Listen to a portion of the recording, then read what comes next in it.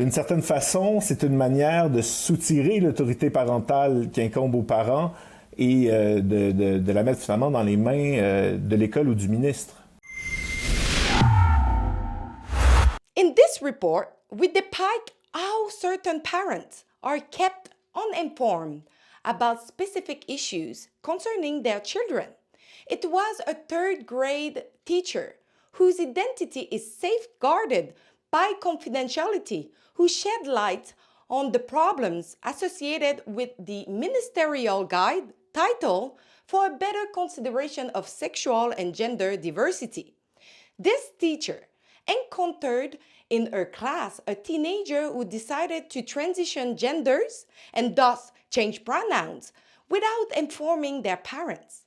According to the school board, which adheres to the guidelines, this critical information had to be withheld from the parents of the student in question as per the student wishes.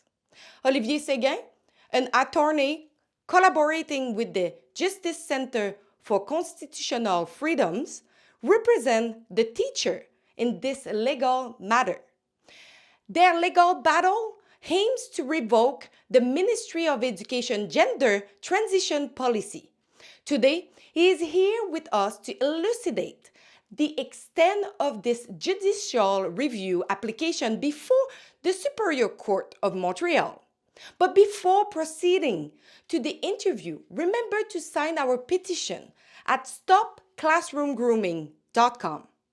Donc, je représente une enseignante de secondaire 3 dans une école secondaire à Montréal, une prof d'histoire, qui, au début d'année, s'est fait instruire, donc donner les instructions par la direction de l'école de désigner l'une de ses élèves au masculin.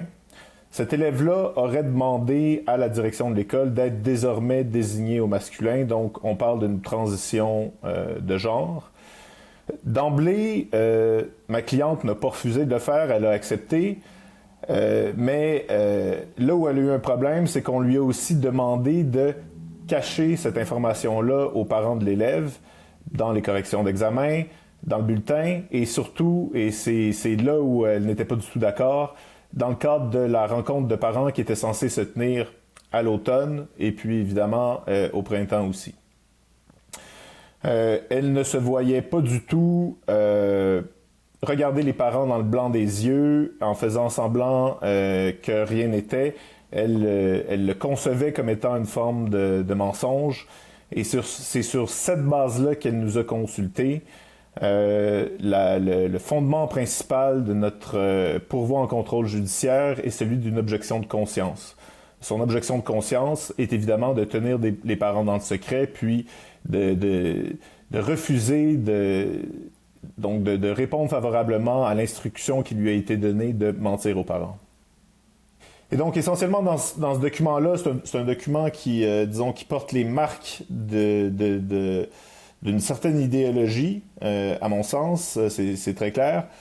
Et on rapporte en guise d'information quel est l'état du droit en dressant une analogie sans même l'annoncer comme étant une analogie, mais en dressant une analogie avec la manière de fonctionner pour ce qui est du changement de sexe et du changement de nom dans l'état civil, donc auprès du directeur de l'état civil.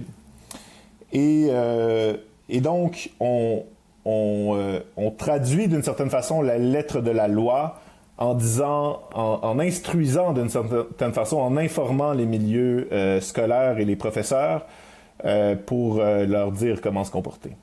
Sur le plan constitutionnel, les atteintes à la charte qui font partie de nos procédures, il y a atteinte à la liberté de conscience, atteinte à la liberté d'expression du professeur et atteinte aux prérogatives traditionnelles qui sont celles des parents qui font pas partie des procédures justement parce qu'ils sont tenus dans le secret à l'égard de la direction morale de leur famille.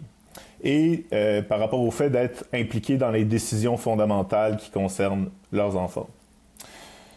Outre cela, nous sommes d'avis que cette directive sous forme de point d'information qui est contenue dans le guide à l'intention des milieux scolaires est ultra vires au sens où ultra vires c'est un mot savant pour dire que le ministre n'avait pas le pouvoir d'émettre cette directive-là parce que ce n'était pas fondé en droit.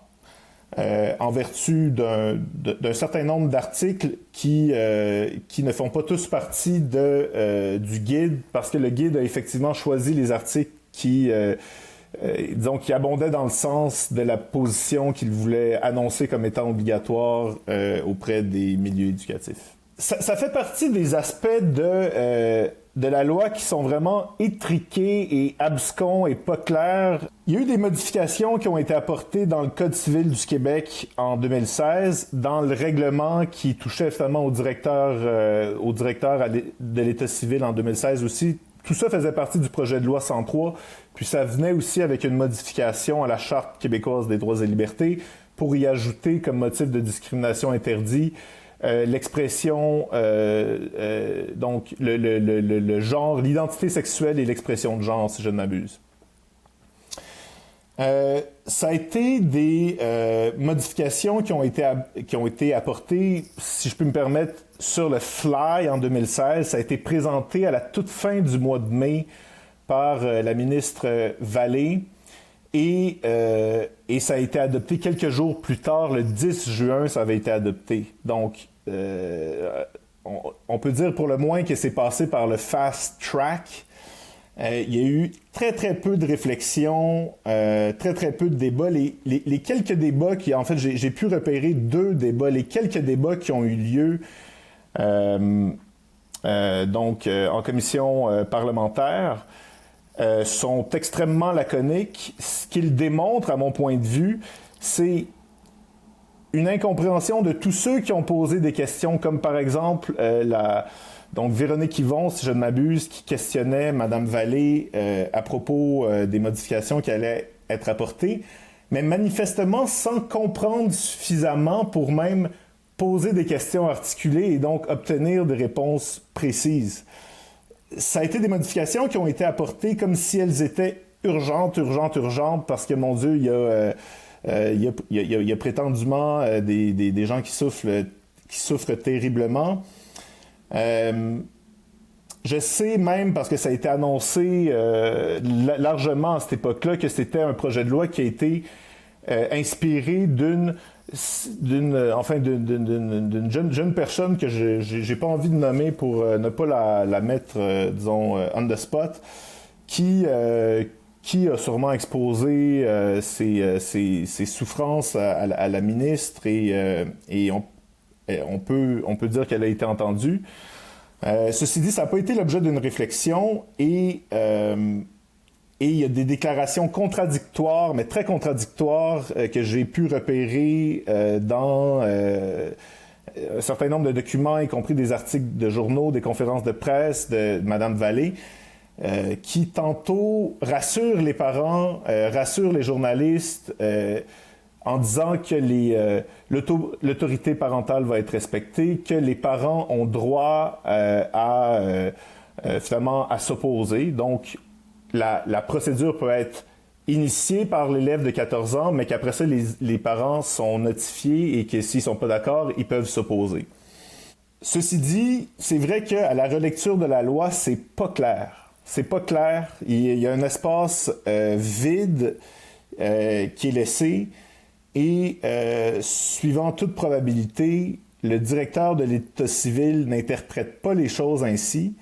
Le directeur de l'État civil, dans son formulaire que j'ai consulté encore ce matin, ne prévoit aucunement que la demande de changement de sexe doive être notifiée aux parents. Et il m'a été aussi confirmé qu'eux-mêmes ne le notifient pas aux parents. Donc, qui a raison, qui a tort, je pense que nous avons raison, mais si on se fie à l'intention du législateur, je pense que le législateur était confus lui-même. Les premiers qui sont responsables à l'égard de leurs enfants, ce n'est pas l'école, ce n'est pas le ministre de l'Éducation, ce sont les parents. Donc, les parents peuvent, après avoir écouté leur enfant, après s'être consultés entre eux, après avoir consulté peut-être des spécialistes, prendre certaines décisions. Je me lance pas là-dedans pour aujourd'hui. C'est un sujet plus vaste que la simple question juridique. Mais chose certaine, comment peut-on s'imaginer que les parents puissent cheminer avec leurs enfants correctement s'ils n'ont même pas l'information à ce sujet-là? Si on essaie de voir une cohérence à l'intérieur de la loi, d'une part, les parents ont l'autorité morale sur la direction de leur famille. Ils ont l'autorité parentale. La loi sur l'instruction publique force les parents, et c'est très correct, d'envoyer leurs enfants à l'école jusqu'à l'âge de 16 ans. La loi sur l'instruction publique aussi donne la prérogative aux parents de choisir de l'école de leurs enfants. Donc, le choix de l'école des enfants par les parents est un droit qui vient finalement qui vient avec l'autorité parentale et qui est le contrebalan du fait qu'ils ont l'obligation d'envoyer leur enfant à l'école jusqu'à 16 ans. Si on leur fournit pas des informations aussi capitales que ça, comment peuvent-ils prendre une décision éclairée par rapport au choix de l'école de leurs enfants? C'est tout à fait impossible de le faire. Et j'irais même plus loin. D'une certaine façon, c'est une manière de soutirer l'autorité parentale qui incombe aux parents et de la mettre finalement dans les mains de l'école ou du ministre. Et je vous avoue, sans rien annoncer parce que c'est en réflexion, que je me pose des questions par rapport à des choses plus larges que simplement le guide. Considérant que le directeur de l'État civil interprète la loi d'une telle façon, enfin, je me pose des questions. Je ne m'avancerai pas pour le moment. Je le ferai pas en ondes, certainement. Mais je me demande si ce n'est qu'au guide que l'on va s'attaquer. Ça se peut qu'on aille plus loin. Don't forget to go to stopclassroomgrooming.com. Make your voice heard that we want to stop grooming children in school and everywhere else in their safe space. So go over stopclassroomgrooming.com and sign the petition and share it.